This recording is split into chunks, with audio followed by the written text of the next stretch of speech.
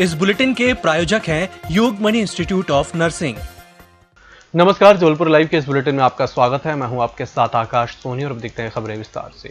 ठगी में wanted BJP जनपद सदस्य 3 साल बाद गिरफ्तार हुआ है। आरोपी पर अपने ही ममेरे भाई से ठगी का आरोप था। उसने रेत कारोबार में पार्टनर बनाने का झांसा देकर 32 लाख रुपए ठग लिए थे। आरोपी 3 साल से फरार चल रहा था। उसकी गिरफ्तारी पर 6000 रुपए का इनाम भी घोषित था। बुधवार रात को आरोपी नाटकीय अंदाज में खुद ही थाने पहुंचा, तब पुलिस ने उसे गिरफ्तार किया। सिवनी के धूमा निवासी राहुल शिवहरे के खिलाफ आरोप है कि उसने जबलपुर के कैंट क्षेत्र निवासी ममेरे भाई पिंटू चौकसे से 2018 में 32 लाख रुपए ठग लिए। इस मामले में पिंटू चौकसे ने कैंट थाने में आरोपी के खिलाफ धोखाधड़ी का प्रकरण दर्ज कराया था। हाईकोर्ट ने संस्कारधानी के पर्यावरण को संरक्षित रखने की दिशा में अहम आदेश पारित किया है।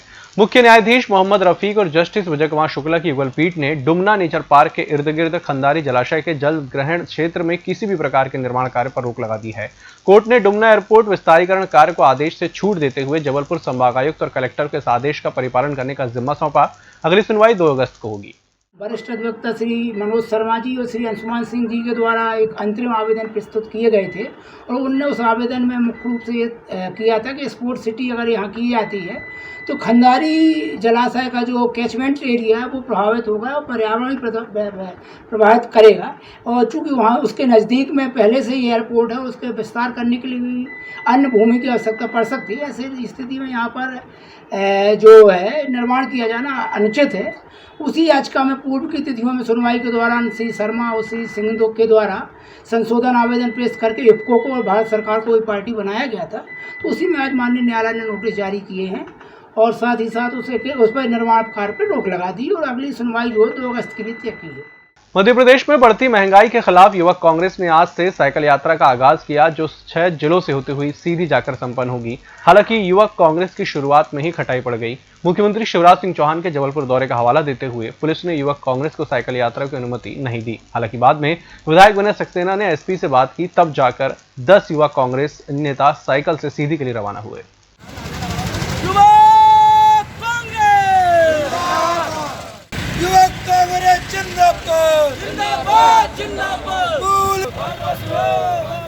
मंसूरी इन सब के नेतृत्व में जबलपुर से साइकिल यात्रा निकाली जा रही है, जो महंगाई के खिलाफ है। मोदी सरकार के उस बयान के खिलाफ है जो 70 रुपये पेट्रोल में महंगा बताते थे और आज 107 रुपये पेट्रोल हो गया, 100 रुपये डीजल हो गया, रसोई दुगने भाव की हो गई।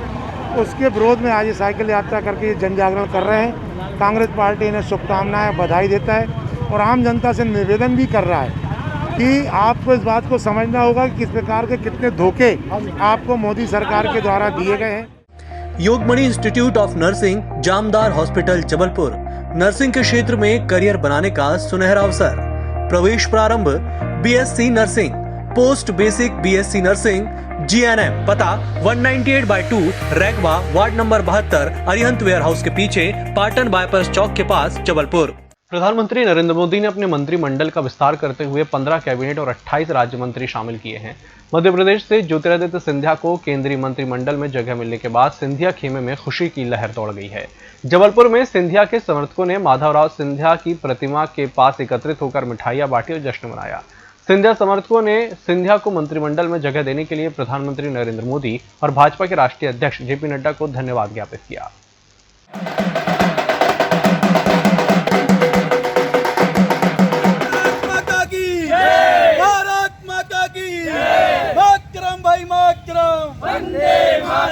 भारत सिंधिया जिंदाबाद जिंदाबाद जिंदाबाद। भारत सिंधिया संघर्ष करो, हम तुम्हारे साथ।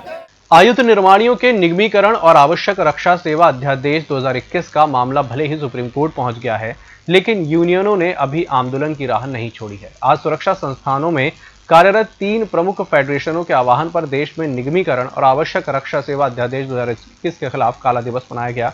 इसी क्रम में जबलपुर में स्थित आयुध निर्माणी खमरिया में सुबह गेट नंबर 7 में तीनों फेडरेशनों से संबद्ध यूनियनों के पदाधिकारियों ने कर्मचारियों को काला बैज लगाए, वहीं नारेबाजी करते हुए काले झंडे लहराकर केंद्र सरकार के निर्णय का विरोध दर्ज कराया। इस तरह ग्रे आयरन फाउंड्री में भी नारेबाजी की गई। आजादी के बाद भी इतने सालों से विद्यार्थियों को जो शिक्षा दी जा रही है वो अंग्रेजों द्वारा शुरू की गई शिक्षा प्रणाली पर ही आधारित है।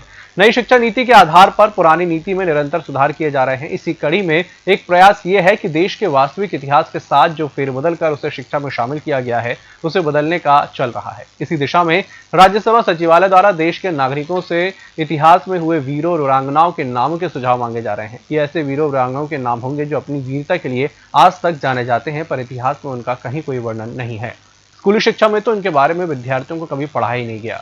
शहर के इतिहासविद डॉक्टर आनंद सिंह राणा ने बताया कि जबलपुर से संबद्ध वीरांगना रानी दुर्गावती और रानी अवंतीबाई के नामों को शिक्षा में शामिल किया जाना चाहिए।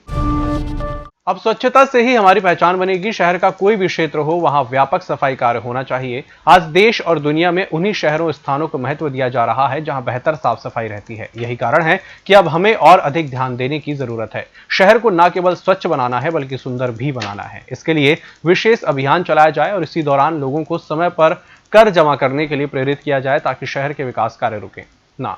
उपरोक्त निर्देश नगर निगम कमिश्नर संदीप जीआर ने शहर के निरीक्षण अवसर पर दिए। उन्होंने स्वास्थ्य विभाग के सभी अधिकारियों को निर्देशित किया कि वे किसी भी क्षेत्र में खर्चा एकत्र न करें। मादक पदार्थों और अवैध शराब के तस्करों के खिलाफ पुलिस अधीक्षक सिद्धार्थ बहुगुणा के निर्देश पर छेड़ी गई मुहिम के तहत बरेला पुलिस को बड़ी कामयाबी हाथ लगी है, जिसमें पुलिस ने नरसिंह मंदिर तिराहा बरेला बाईपास में मंडला की ओर से जबलपुर की ओर आ रही एक बोलेरो वाहन से बड़ी मात्रा में गांजे के खेप बरामद किए हैं, जिन्हें तस्कर शातिराना अंदाज में कैबिन की छत में छिपा कर रखा था। इस बुलेटिन में फिलहाल इतना ही। इसी के साथ मुझे दीजिए इजाजत। नमस्कार।